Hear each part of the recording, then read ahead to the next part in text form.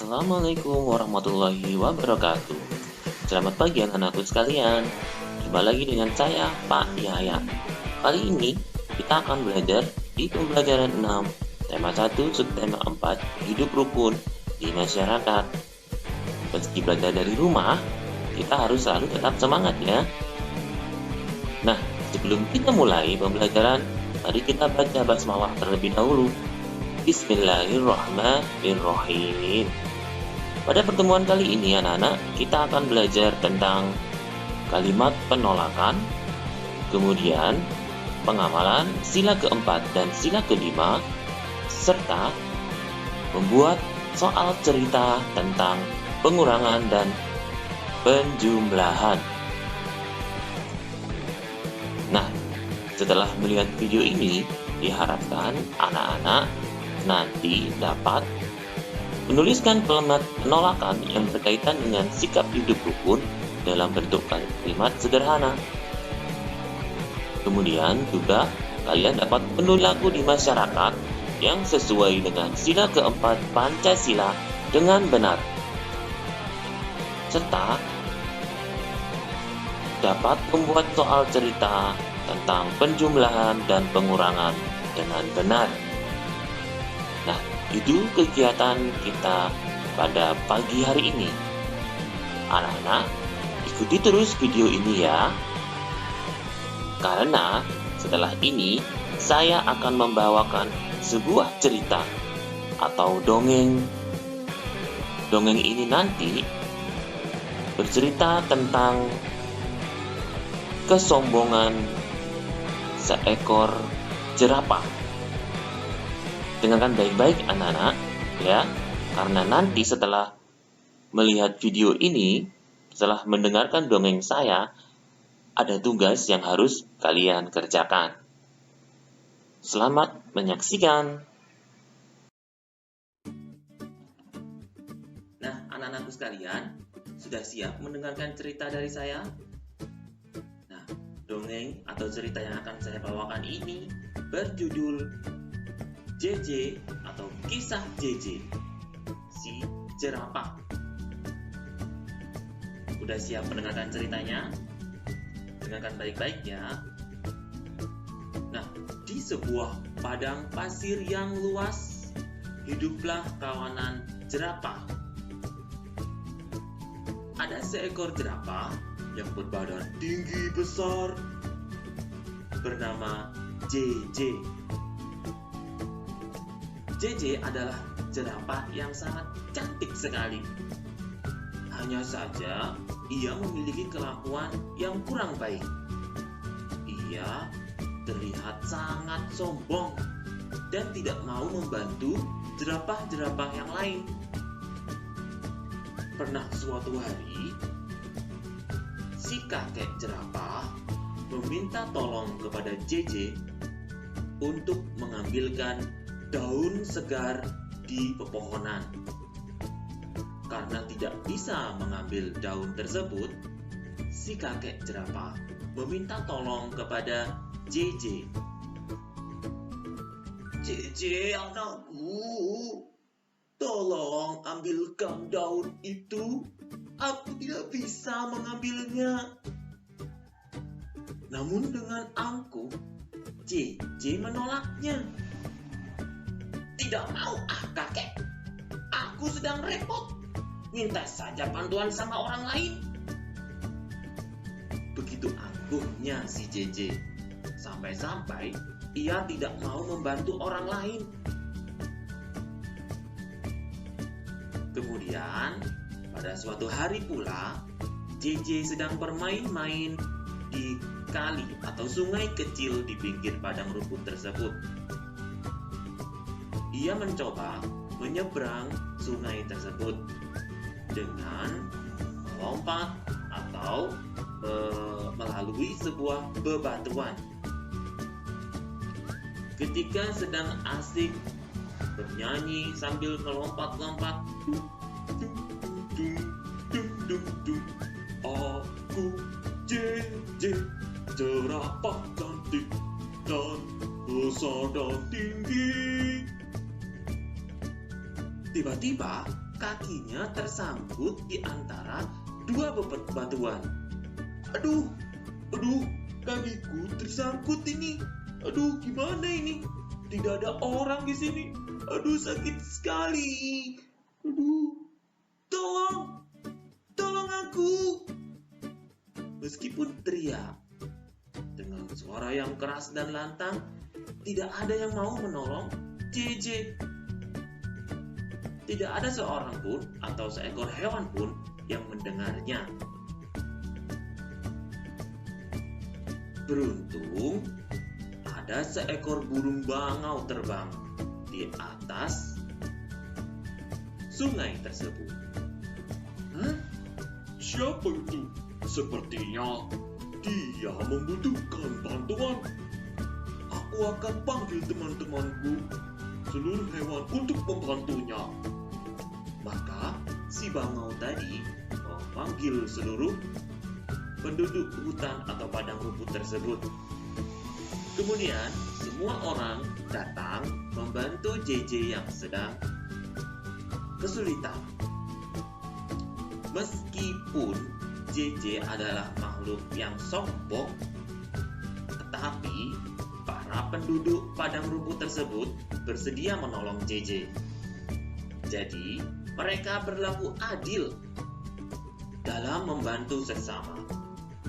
Meskipun ia berbaik hati ataukah tidak berbaik hati atau kurang baik sikapnya, semua penduduk padang rumput saling membantu dengan adil. Nah, setelah kejadian itu, JJ kemudian sadar. Ternyata ia tidak bisa hidup sendiri. Ia butuh bantuan orang lain. Maka sejak saat itu, JJ merubah sikapnya. Ia kemudian berubah menjadi gajah yang baik hati, suka menolong kepada siapapun yang ia butuhkan. Nah, begitu juga dengan kalian anak-anak ya. Siapapun yang ingin atau butuh bantuan kita, tidak boleh dipilih-pilih.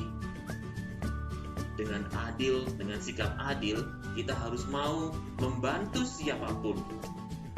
Tidak peduli apa agamanya, apa golongannya, apa kelompoknya, semua wajib kita bantu. Nah, semoga cerita ini dapat menginspirasi kalian semua dan bermanfaat bagi kita semua. Itu tadi cerita tentang JJ si jerapah. Nah, setelah mendengar cerita ini, ada tugas yang harus kalian kerjakan.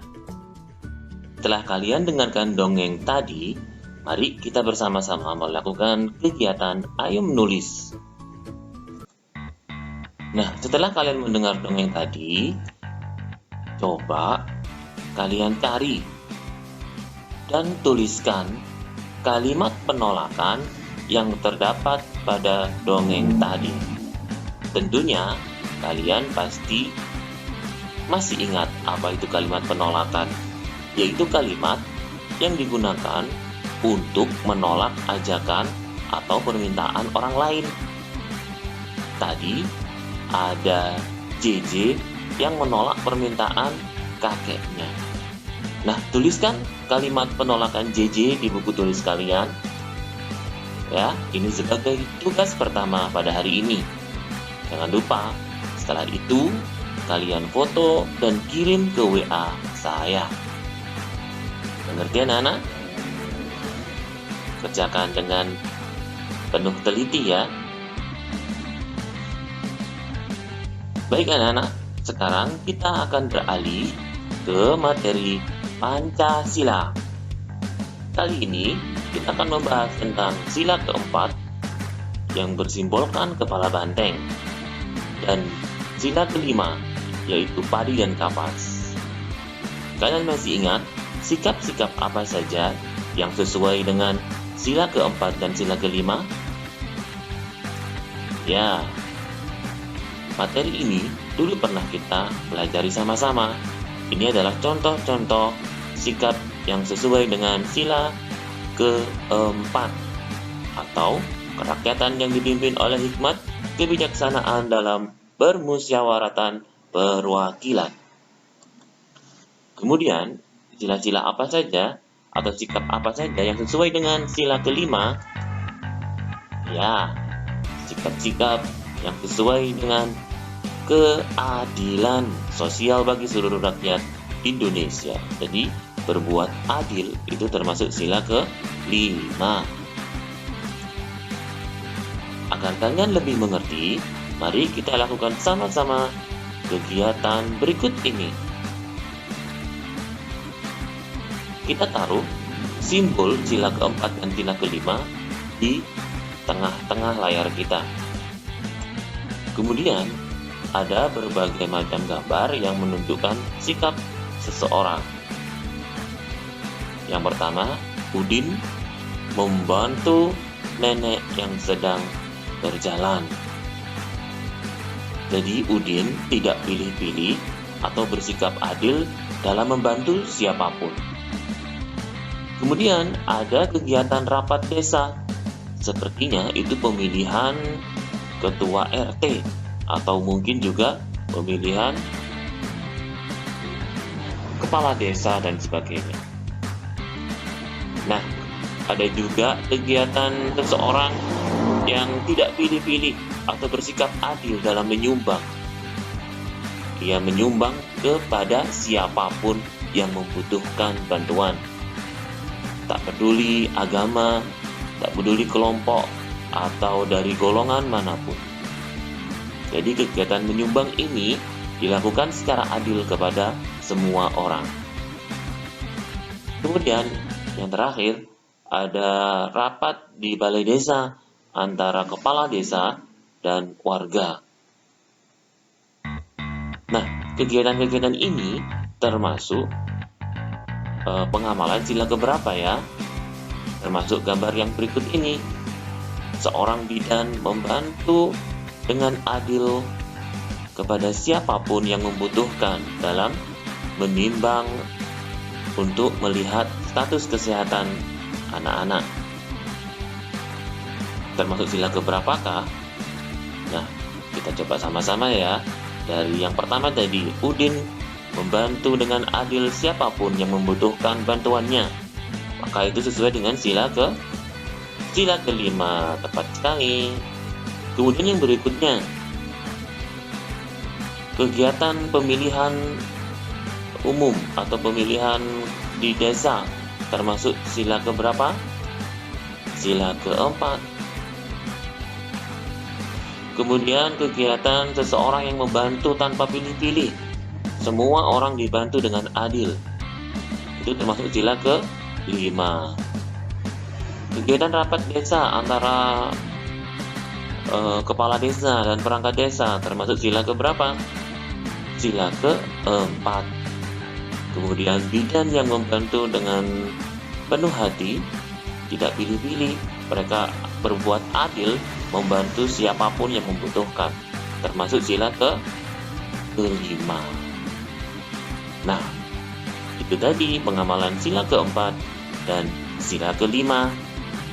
Intinya, sila keempat itu tentang musyawarah atau kegiatan rapat untuk mencari mufakat. Kemudian sila kelima itu berbuat adil. Jadi berbuat adil kepada siapapun, termasuk dalam membantu, menyumbang, semua orang disumbangi atau dibantu tanpa pilih-pilih dari kelompok mana, dari agama mana, dari golongan mana, semuanya dibantu. Ya.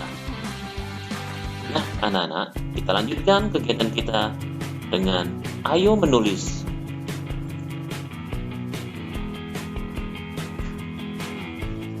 Kalian tadi sudah mengenal kegiatan-kegiatan atau sikap-sikap yang sesuai dengan sila keempat dan sila kelima. Nah, berikan satu lagi contoh yang sesuai dengan sila keempat atau kelima di masyarakat yang kamu ketahui. Ya, yang kalian ketahui di masyarakat. Seperti tadi sempat kita bahas, yaitu sila keempat itu tentang musyawarah atau rapat. Kamu boleh mencontohkan musyawarah apapun yang pernah kamu lihat di desa kalian atau di tempat kalian.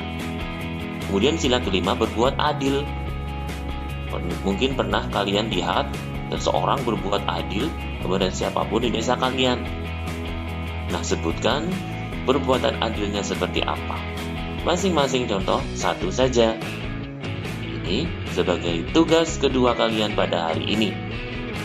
Kerjakan dengan baik ya. Setelah kalian tulis di buku tulis, seperti biasa, kalian kirim ke WA saya. Baik anak-anak, sekarang kita beralih ke materi selanjutnya, yaitu membuat soal cerita. Pada pertemuan sebelumnya, kalian sudah bisa menyelesaikan soal cerita. Sekarang, bagaimana jika penyelesaiannya sudah tersedia? Namun, kalian diminta untuk membuat soal ceritanya. Kalian pasti bisa. Yuk kita coba sama-sama. Nah, misalkan ada penyelesaian seperti ini. Bagaimana kira-kira soal ceritanya? Saya akan memberi contoh terlebih dahulu. Nah, dari soal pertama dulu ya. 367 dikurangi 113 ditambah 250. Kira-kira soal ceritanya seperti apa ya? Nah, seperti ini. Ini contoh. Udin memiliki 367 ekor ayam. Ya. Jumlah pertama atau jumlah awalnya 367 sama. Kemudian, seorang pengusaha rumah makan membeli ayam Udin sebanyak 113 ekor. Jadi, ayam Udin berkurang 113 ekor. Kemudian tadi pagi, telur ayam Udin menetas menjadi anak ayam sebanyak 250. Maka ayam Udin bertambah sebanyak 250. Berapakah jumlah seluruh ayam Udin sekarang? Nah, ini soal cerita yang bisa kita buat dari kalimat matematika di atasnya seperti ini. Bisa anak-anak? Kita coba sekali lagi. Ada penyelesaian 298 dikurangi 147 ditambah 199. Kira-kira bagaimana ya soal ceritanya? Nah, seperti ini. Udin sedang panen mangga dan mendapatkan 298 buah mangga. Jumlah pertama ya. Setelah disortir, terdapat 147 buah mangga yang dibuang karena kondisinya tidak bagus. Dibuang berarti dikurangi 147.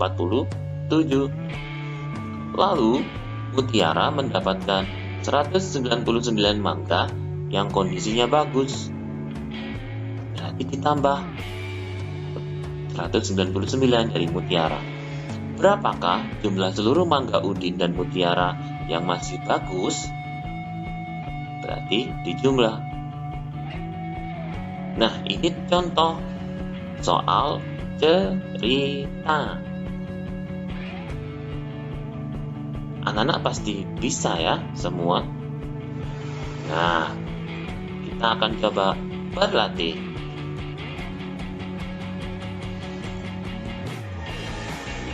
Buatlah soal cerita dengan penyelesaian di bawah ini. Jadi ada soal atau penyelesaian 193 ditambah 117 dikurangi 200. Coba kalian buat soal ceritanya seperti yang saya contohkan tadi. Minta bantuan orang tua atau keluarga kalian di rumah. Setelah soal ceritanya selesai kalian buat sebagai tugas 3 ini, nah, Selesaikan soal cerita buatanmu tadi. Artinya dikerjakan, ya dihitung hasilnya dengan cara yang sudah kita pelajari sama-sama kemarin. Kalau ini berarti kita jumlah dulu antara 193 ditambah 117, kemudian hasilnya kita kurangi dengan 200. Ketemu berapa hasilnya nanti? Jangan lupa dikasih kalimat kesimpulannya. Jadi, adalah berapa hasilnya? Bisa Nana? Kerjakan dengan penuh teliti agar kalian dapat nilai 100. Baik anak-anak, demikian tadi pertemuan kita pada pagi hari ini. Kita tadi sudah membahas tentang kalimat penolakan, kemudian juga membahas tentang sikap-sikap yang sesuai dengan sila keempat ya, dan juga kelima. Setelah itu, bagaimana membuat soal cerita. Jangan lupa untuk mengerjakan soal-soal atau tugas-tugas kalian pada hari ini tadi. Nah, selain itu, anak-anak, saya mau mengingatkan kepada kalian semua untuk selalu tetap menjaga kesehatan dengan mematuhi anjuran pemerintah dalam menjaga penyebaran COVID-19 dengan cara 1. Memakai masker ketika keluar rumah. 2. Sering mencuci tangan pakai sabun atau menggunakan hand sanitizer. 3. Ketika keluar rumah, saya usahakan untuk menjaga jarak. 4. Selalu makan makanan yang bergizi untuk meningkatkan imun kita. Dan yang kelima, jangan lupa untuk selalu berdoa agar kita terhindar dari segala penyakit. Demikian untuk pertemuan kita pada hari ini.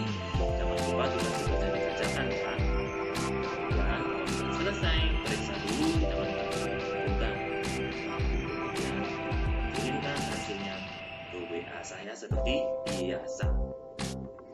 Jangan lupa setelah ini ada soal penilaian harian.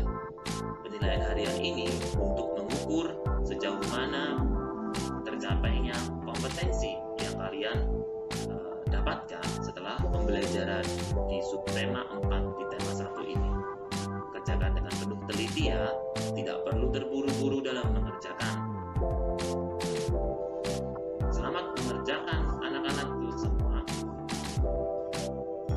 Ya, semoga kalian semua selalu dalam keadaan sehat walafiat. Wassalamualaikum warahmatullahi wabarakatuh.